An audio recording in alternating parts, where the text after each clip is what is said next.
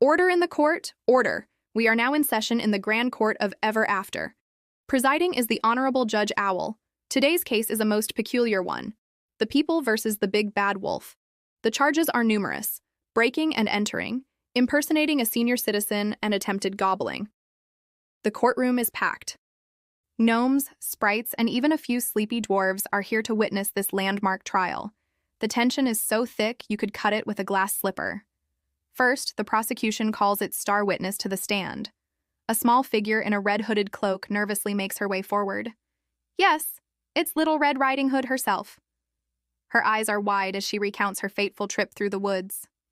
She tells the jury about the lovely basket of goodies for her dear grandmother, the shortcut through the dark forest, and her first encounter with the defendant.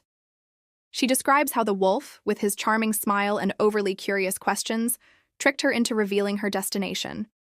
Her voice trembles as she remembers arriving at her grandmother's cottage, only to find the wolf in bed, wearing her grandmother's nightcap and glasses.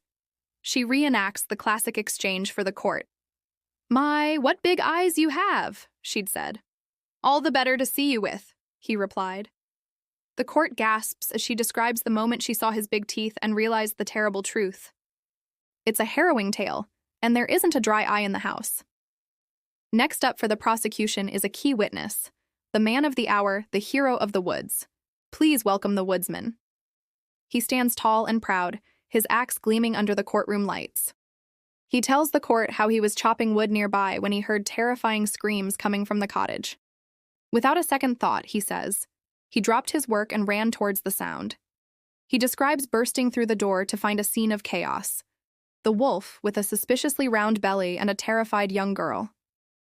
The woodsman details his heroic actions, how he bravely confronted the wolf and, through a series of rather dramatic events involving his trusty axe, managed to save both Little Red and her grandmother from the wolf's stomach, completely unharmed. The three little pigs on the jury nod approvingly, clearly impressed by his bravery. The prosecution rests its case, confident that the evidence is overwhelming. Now it's time for the defense. The big bad wolf himself takes the stand. He's surprisingly well-dressed in a pinstripe suit, looking more like a misunderstood businessman than a ravenous predator. His lawyer, a cunning fox, begins the questioning.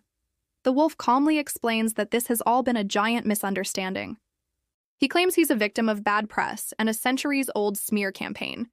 He wasn't trying to eat Little Red, he argues. He was simply trying to teach her a valuable life lesson about stranger danger. He says he saw a young girl talking to strangers, himself, ironically, and taking dangerous shortcuts through the woods. He felt it was his civic duty to stage an elaborate intervention. Going to grandmother's house first was just part of the plan to create a safe, controlled environment for the lesson. As for wearing the nightgown, he claims the cottage was drafty and he was simply cold. He insists his intentions were purely educational. Was he a predator or a misunderstood public safety advocate? The jury looks confused. The final arguments are made. The prosecution paints the wolf as a habitual offender, a menace to society who preys on the innocent. They remind the jury of his past alleged incidents with some local pigs. The defense, however, portrays him as a community-minded individual whose methods, while unconventional, were ultimately aimed at protecting a naive child. He was performing a public service, they argue. The jury, made up of the three little pigs, a grumpy bear, and a family of squirrels, files out to deliberate. The courtroom waits in silence. Hours pass.